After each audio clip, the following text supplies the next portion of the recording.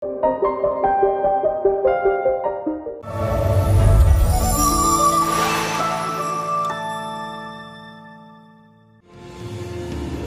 溪河畔处种下了因果，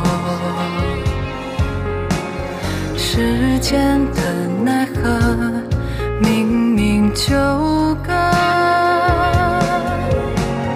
倘若燃尽星火，总拱手天下如何？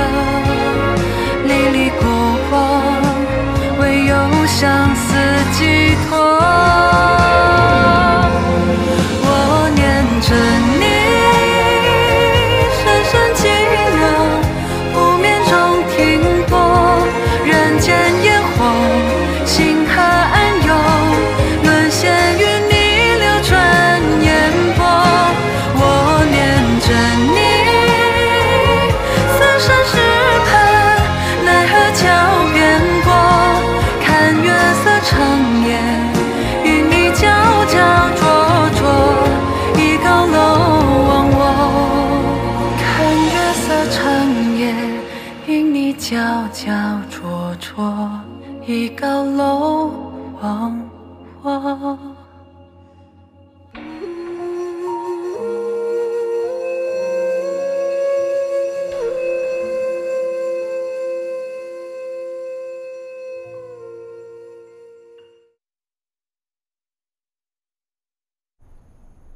你从小就在我身边，我知你成熟可靠，但是他关系重大，若出半点差错，影响大局，我也只能杀了他。属下多年来时刻谨记大人指示，他如今学帝小姐，已有8、9分像。那你可知道，今日他下错一次？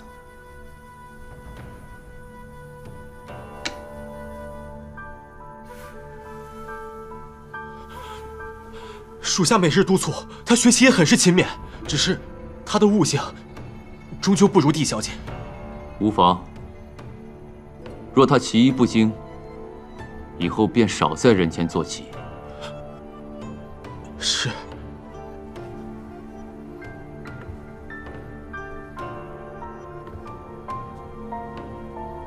你要永远给我记得，她是我的一颗棋子，一颗非常重要的棋子。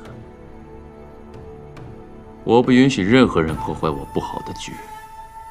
属下铭记在心。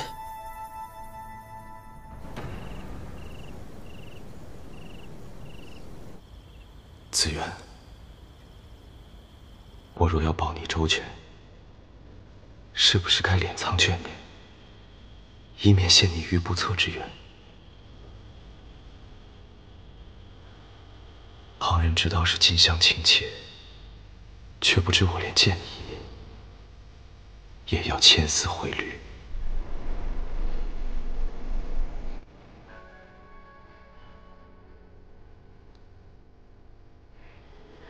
你等了10年，我送你一个如期归来的弟子渊，你可还满意？会不会失望？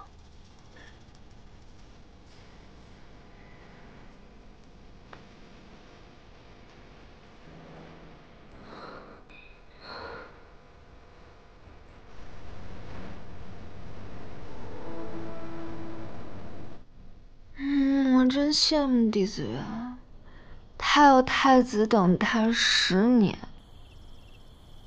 还有那么温柔又疼爱他的明熙哥哥。不过，我就是他，他就是我，他有的我也会有，他没有的，我一样也会有。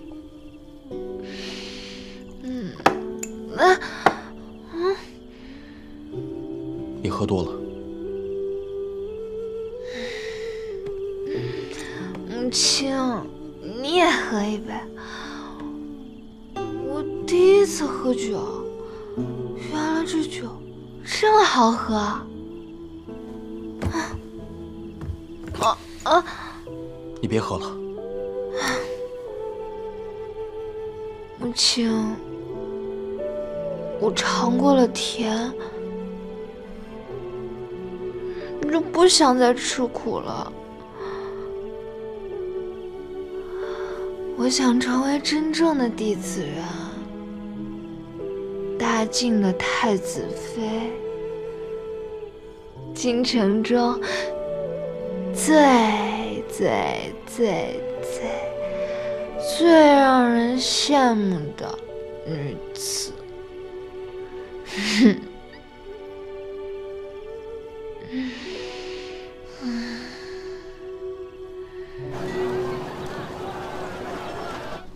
眼下帝城人倒也算安分。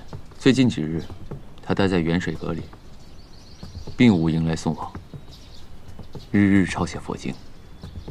我儿时却没有这等爱好，不过10年青灯古佛，也确实由不得他。皇宫是何反应？毫无反应。韩月、安宁至今未去见他，太后则力主古婉莹参与选妃，焦灼之下，竟风平浪静。如此，看来韩仲远的后手马上就要来了。没错，韩仲远不喜帝家女，可以更容不得古云年之女入主东宫，他会物色更有利的人选。左相的意思是，让北秦也参与选太子妃。陛下，北秦与我大晋边境接壤，纷争不断呐。自帝家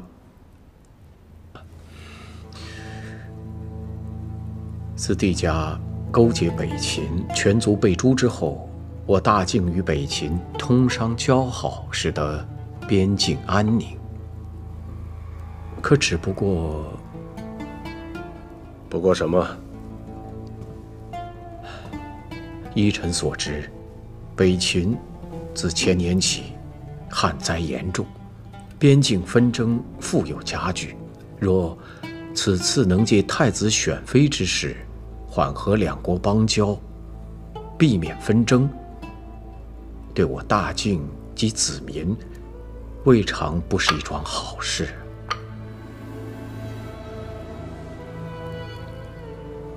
继续。北秦的莫双公主正值韶华之年，出落得亭亭玉立，也与太子极为相配。好，那就宣诏请北秦公主参选太子妃。更多人参选太子妃，反而会分散大家对你的注意力，你就更安全。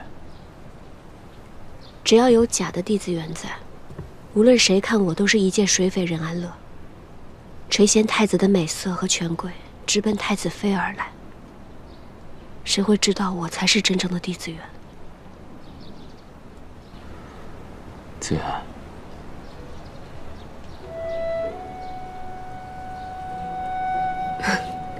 子源，弟子源这个名字如今听起来如此陌生，明熙哥哥。但这名字让我想起我们小时候在靖南的日子。子远，你还记得靖南的长丝花吗？是我父亲为母亲种的花，小时候花园里看若漫天繁星，只是入这京城之后就再未见过了。复仇之事事关8万人的清白，我们如履薄冰，战战兢兢，既不知成败，也不知此生命归何处。至于这长丝花，更是不知何时才能再见到了。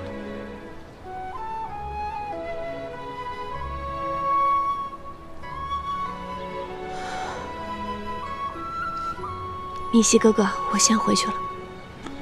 好。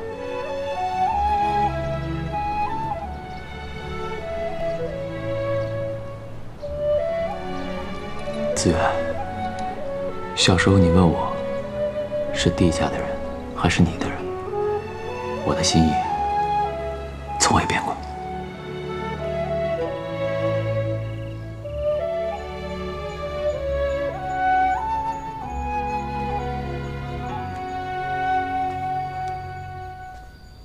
你究竟在想什么？殿下，怎么自言自语啊？这没别人啊。紫元归京，唯一登门的，就是他的旧尉骆明熙。他受了莫大的折辱，改名下山。现在在京城，有一个人孤苦伶仃。那殿下为什么还不肯去见他？我们之间已隔了太多。若想韩帝两家彻底和解，那你与岱山那位成婚，便是最好的选择。所以太子妃必然是帝子元。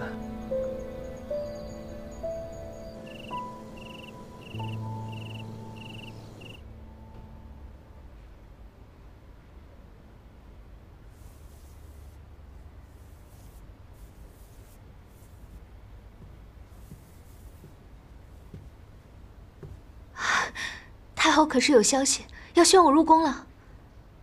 你抄再多的佛经，也是讨不到太后欢心的。我既不是权倾朝野的忠义侯之女，也不是金尊玉贵的北秦公主。一个罪臣之女，除了能诵一些自己手抄的佛经之外，还能如何？过去的旧事，今日可温习过了？背了10年，早就熟记于心了。连与他最亲近的骆明熙，不都没有起疑吗？朝堂中人深不可测，你切不可掉以轻心。母亲，我知道你是为了我好，我抄完这份便去背。如今太子殿下非我不娶，与他自幼交好的骆明熙也对我照拂有加，只要我讨得陛下和太后的喜爱，太子妃之位就非我莫属了。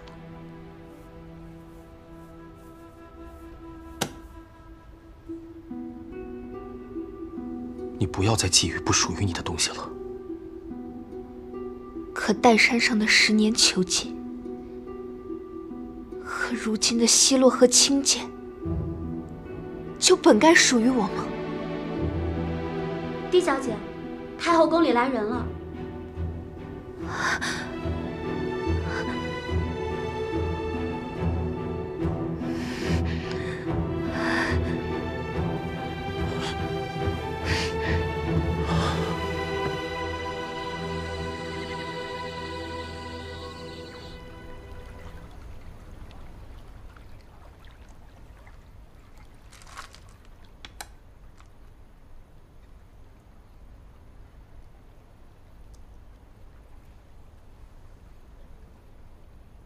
这一局你的棋风轨道，虚虚实实，下得不错。然而比起大人，还是棋差一招，最终落得满盘皆输。要是帝承恩啊，有你1半的悟性，我也就安心了。或许那位棋艺不高，并非悟性的缘故。千月阁的消息，他将这些时日手抄的佛经送去了太后宫里。那这么看来，他所图的不仅是自由。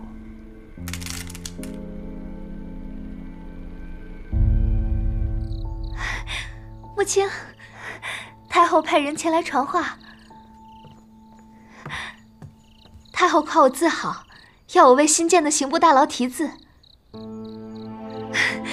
她终于认可我了。你可知道刑部大牢是由靖安侯府改建的？靖安侯府荒废了这么多年，现在不正好是物尽其用的时候吗？你如今是帝子元，靖安侯府是你的旧居。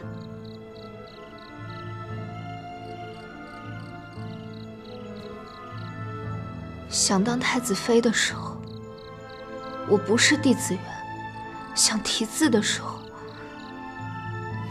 我又是他了。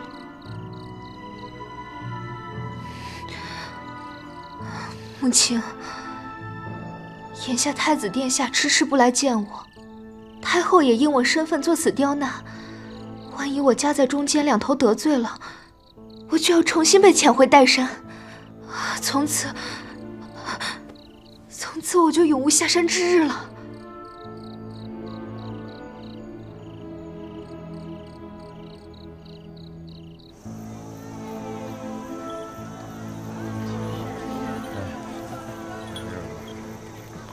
您再看看，马上过一下啊。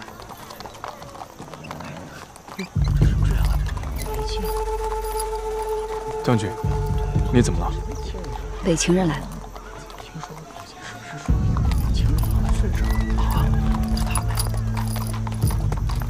北秦公主参选太子妃，这应该是先前的时辰。大晋北秦虽止戈，但不慕至此还甘愿俯首参选。你对北秦的消息倒是灵通。 我随将军驻疆，耳濡目染下，自是对北秦上心。是吗？是的。你也是言过其实。北秦诡诈，你要多加小心。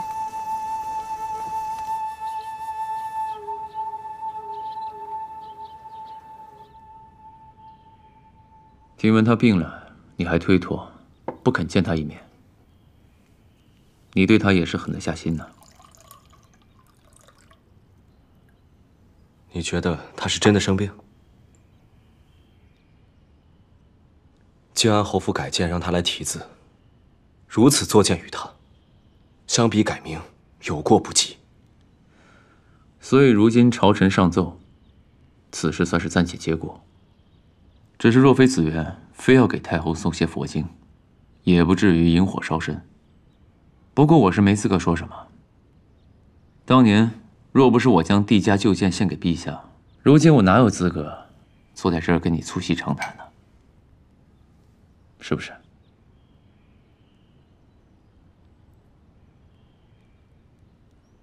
经历此事，我反而确信，他心性即便10年磨砺也未改变，改名也只是一时权宜。他到底是不能跟这弥天血债和解。 我听你这话暗示颇多啊！你是觉得我骆家的归顺也是权宜之举，并非真心实意臣服于当今的陛下吗？你我皆是局外人，与他的亲历，岂可相比？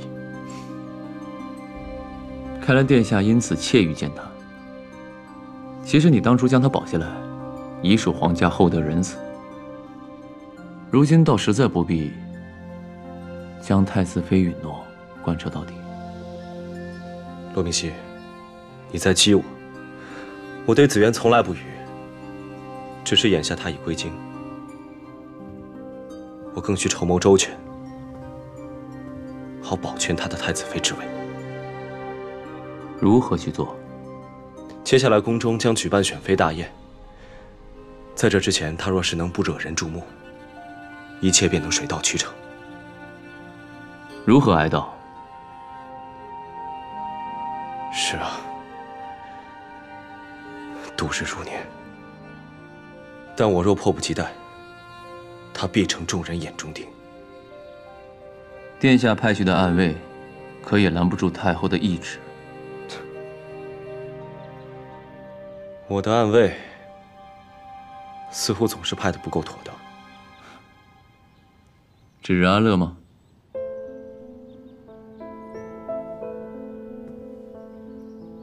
你怎么知道？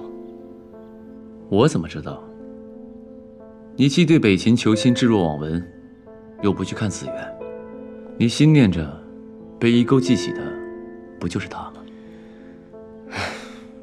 骆明熙啊，骆明熙，凡俗之情，离太子妃之位总是最远。 我不是说我对他动情啊，你不用跟我解释。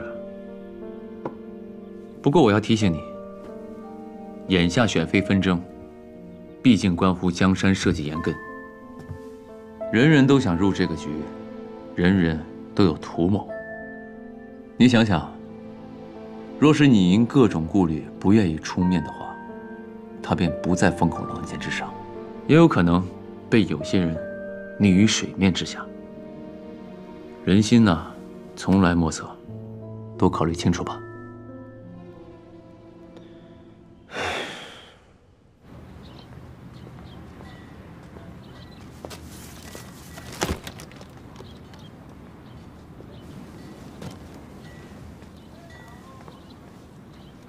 日头这么烈，骆明熙，你大可不必送我。是骆大人。不过太子殿下，还是如此细心呢。这京城向来此时日光最烈，今年看来又是干燥苦寒一起扎堆到来，但此时却是靖南长刺花开的最好时节。靖南从无严寒，不似京城，只是你我常年身在此地，也早应该习惯了。你这几日记得添衣。有劳挂念。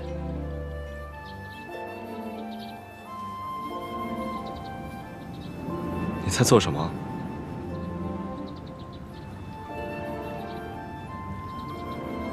起风了。看来这京城的风波漩涡，比想象中来得还快。殿下快回去吧，待会儿有大风雨。请。伞给你了，记得还我啊。太子殿下，好像要下雨了，让我搭个车吧。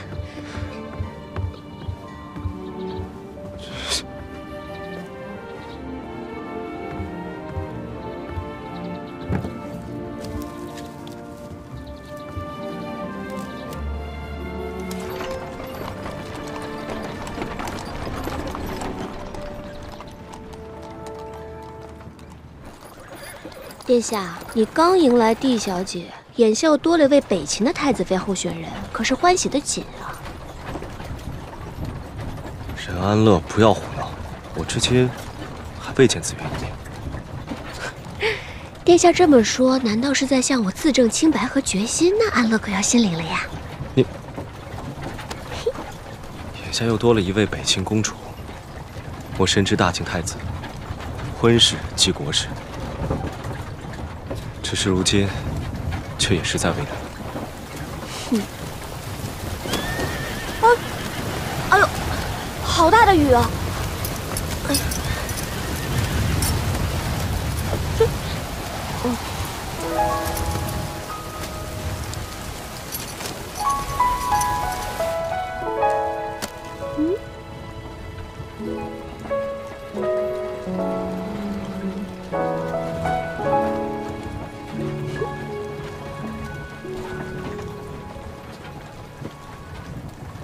太子殿下嘴上为难，人还是主动的倒向了安乐这边嘛。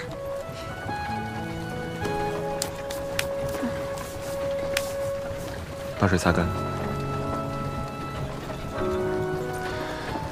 我是怕你因风雨着凉，大理寺事务无人打理。打理那些事务，还不是为了给太子殿下解忧？你既为难，那不如让解百忧的安乐搭把手。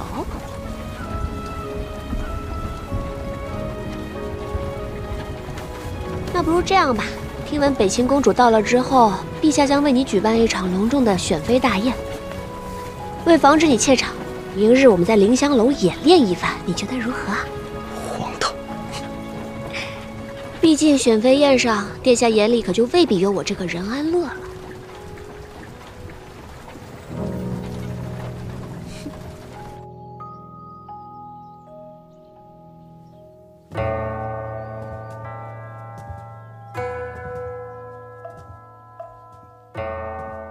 又一年了，若不是这幅画，哀家都快忘了你的音容笑貌了。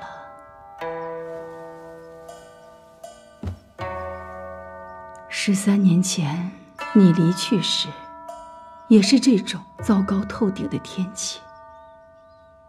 当时我就在这里苦苦的等，谁知道等来的却是你的遗照。如今，连帝家孤女都下山了，你是不是想让我善待她？为了帝家那个女人，你一向最是偏袒他们，可你从未惦念过我一分。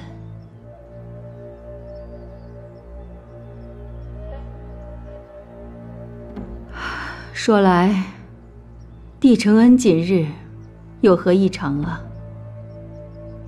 他虽侥幸逃过题词，但诵的佛经倒是比之前更认真了些。哼，究竟是虎是猫，哀家还得亲自瞧瞧。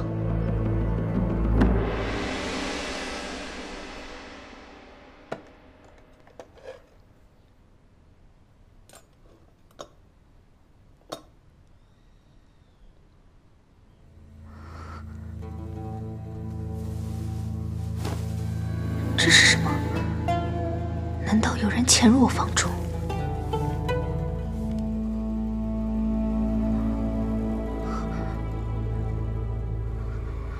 帝小姐，什么事？帝小姐，太后娘娘传来懿旨，让你过去见她。太后娘娘愿意见我了，想必是对我的字很满意。皇家这道门，终究还是为我打开了。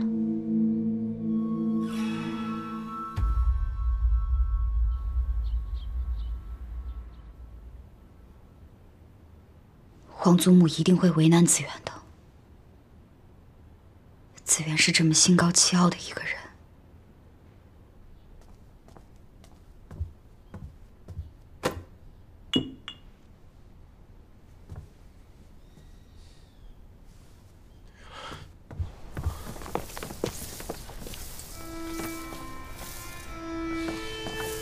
帝小姐呢？被太后召进宫去了。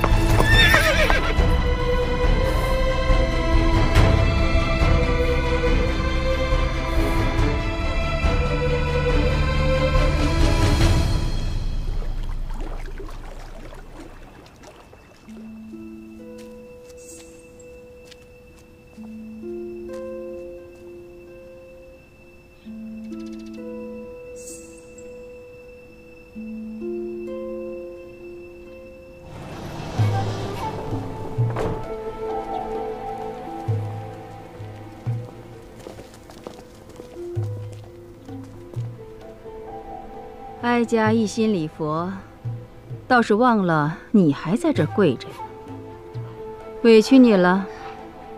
起来吧。太后能见承恩，是承恩的荣幸，跪再久都不会有怨言。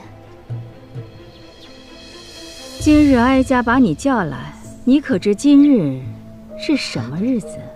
今日是太祖的忌日。承恩这些年一直在岱山上手抄佛经，一是为了太后祈福，二是为了祈愿太祖保佑大晋江山万年。是吗？是。拿来，给哀家看看。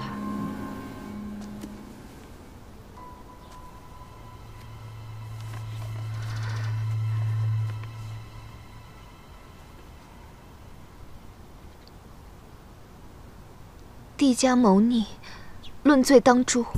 陛下能留承恩性命，承恩心存感激。你真的是这么以为的？是。帝家的罪孽，承恩只希望用余生能还清一些。哼，你这孩子倒是懂事啊。看来，这岱山的水土，确实是比靖南的水土要养人呢。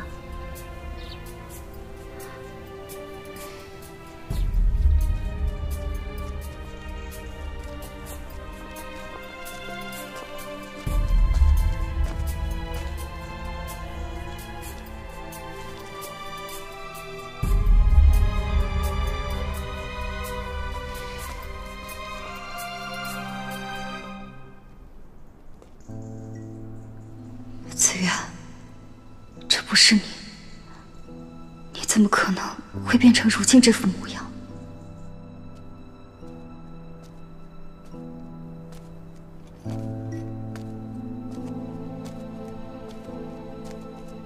将军，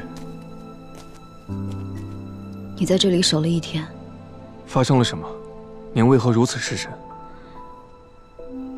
我亲眼看见他对太后卑躬屈膝，他本不应该回京的，他不知道要面对什么。将军不必过于忧心，太后到底是后宫之主，行事……冷北，你不了解太后，也不知道她曾经都做过些什么。我自幼长于她膝下，可如今连见她都不愿，不敢。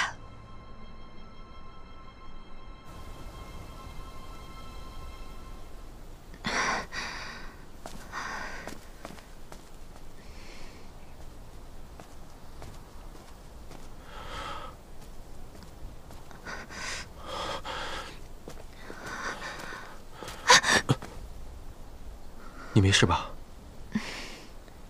无妨，只是在太后寝宫外跪得有些久了。先进屋吧。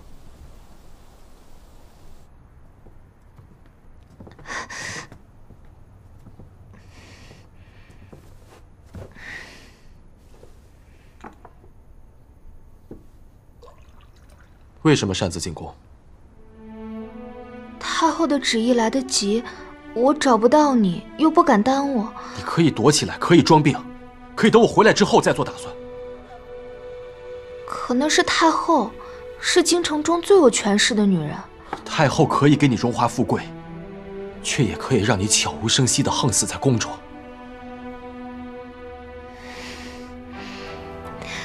那就算我受伤了，不是还有你保护我吗？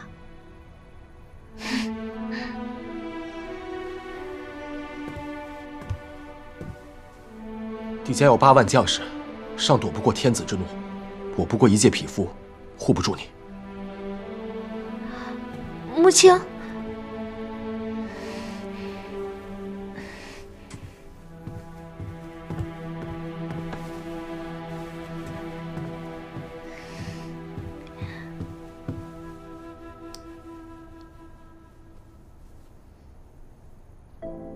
母亲，我入京时看到别的侍卫剑上都有这个，我就想，别人有的东西，你也要有。你每日深夜才睡，就是为了编织此物？嗯。我身世孤苦，直到上了岱山遇见了你，才算是有了亲人。我病了是你照顾我，我想摘挂到树上的风筝，是你背着我。就连我第一次来月氏，害怕的不知所以，也是你安慰我。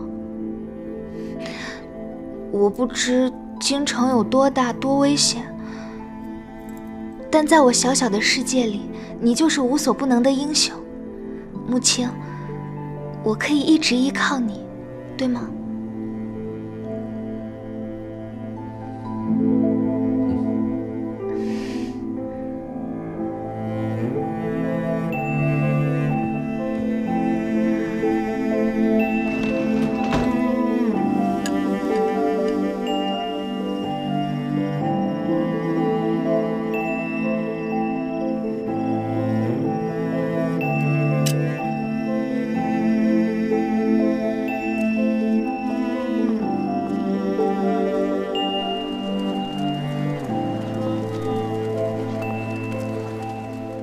古余年果然不肯死心，太后对帝承恩接连刁难之事，背后看来似乎也有他的影子。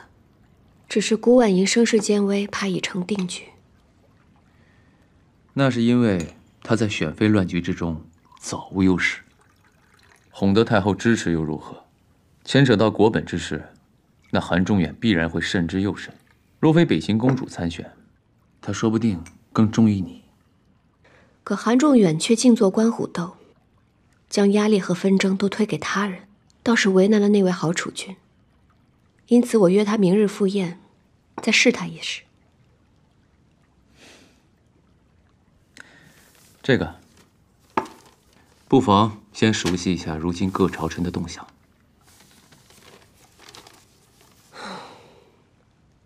太子选妃，果然是山雨欲来风满楼啊！这些动作，包括左相，本不足为道，但却可能逼得帝承恩去铤而走险。太后显示对我不满，太子迟迟不来见我，我不能再等，我必须主动出击。今日我需出门一趟。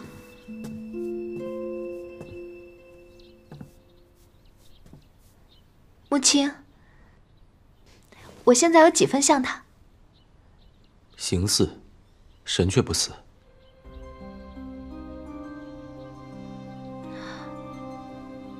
这世上哪有不会变的人啊？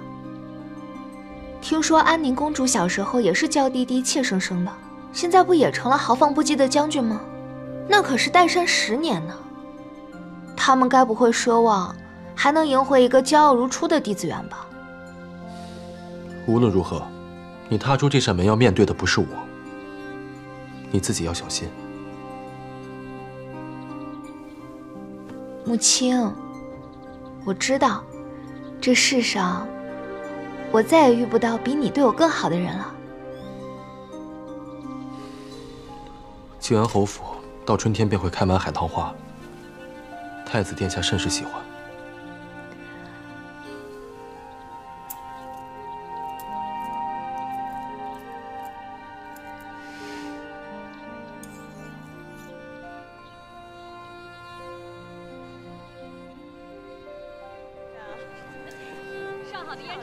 殿下，帝小姐都已经下山了，你为何还要继续收帝家的东西啊？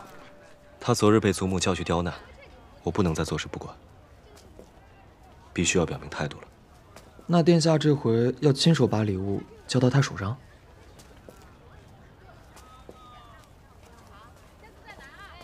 殿下，帝家家主的字画被一位姑娘看上了。姑娘？不会又是安乐姐吧？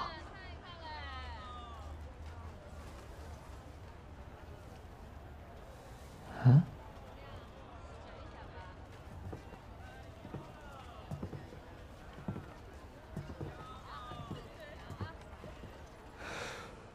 冒昧打扰，此物对我来说意义重大，不知姑娘可否将它相让于我？此字对我来说也意义非凡，乃是我姑祖母亲笔所书。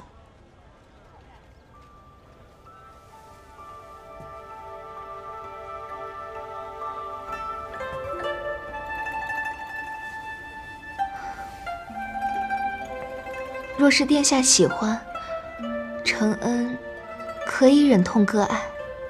不必，子源，此物本就是要送你的。子源，你头上的海棠花很好看，依稀还是靖安侯府旧时的模样。殿下，陛下已经赐名承恩，你以后就不要再叫我子源了。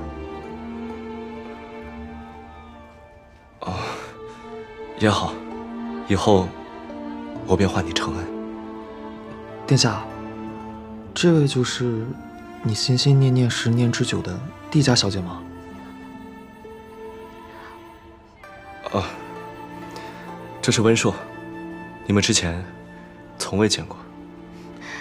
早就听闻温公子大才，今日一见，果然名不虚传。殿下，要不你们先聊，我在外面候着。好。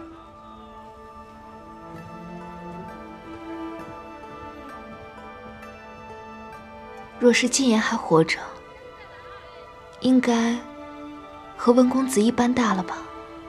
你之前将禁言托付于我，是我没能照顾好的。是禁言无福。我没能看他长大，与殿下无关。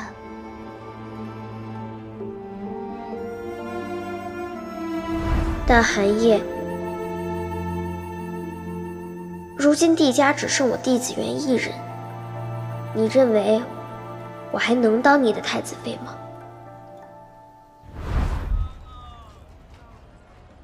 殿下，我们久别重逢，可否送承恩回家？自然。殿下慢走。殿下，您可算出来了。安乐姐他们怕不是在凌香楼等着急了，咱们赶紧过去吧。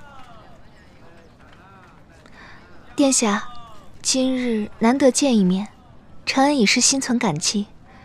若是殿下有事，承恩便不再叨扰。无妨。文硕，你找人给他们赔个罪，说我有事，不能赴宴。哦，好。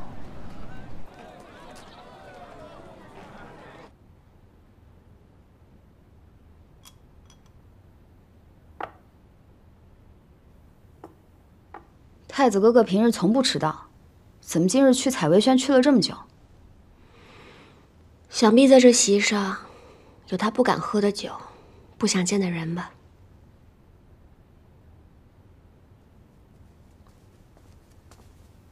大人，太子殿下今夜不来了。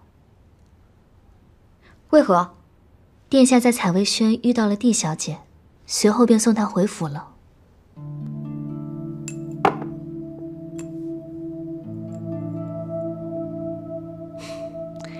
看来我猜的没错，原来在这采薇轩才有殿下想见的人呀。下次再见到殿下的时候，应该是要喝他和帝小姐的喜酒了吧？安乐，我始终相信你和哥哥才是良配。至于紫园，你无需过多介怀。你放心，我既然能拿出这3万水师来求太子妃的位置，我定然不会轻易放弃。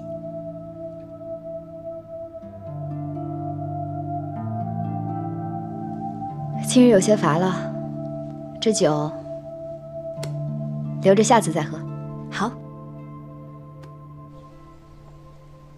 殿下，刚见到的那位，真的是你口中常提起的帝子元吗？我怎么看着不太像啊？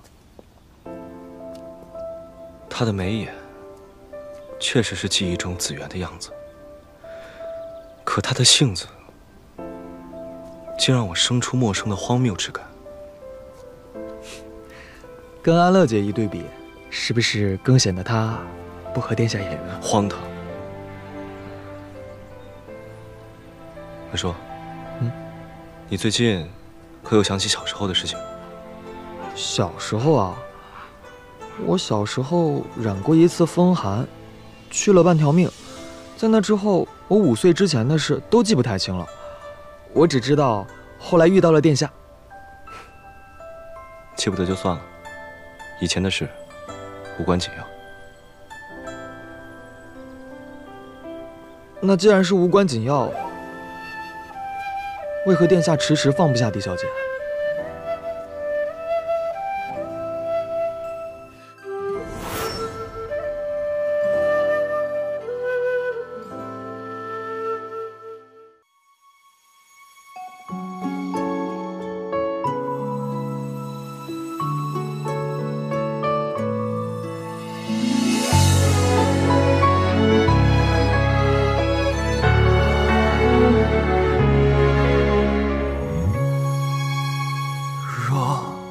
主一掷，这颗心怎能安放？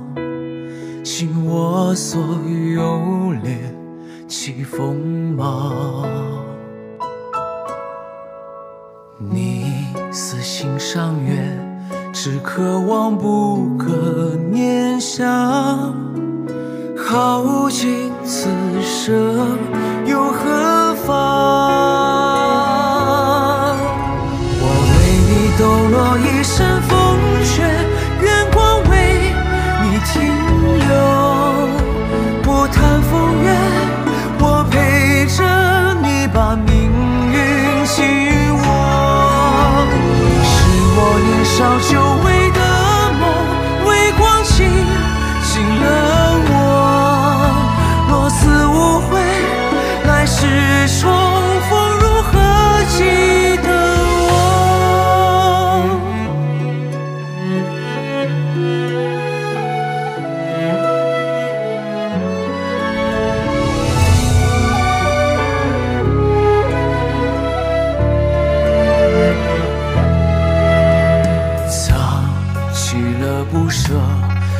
你的笑脸，守望终有别。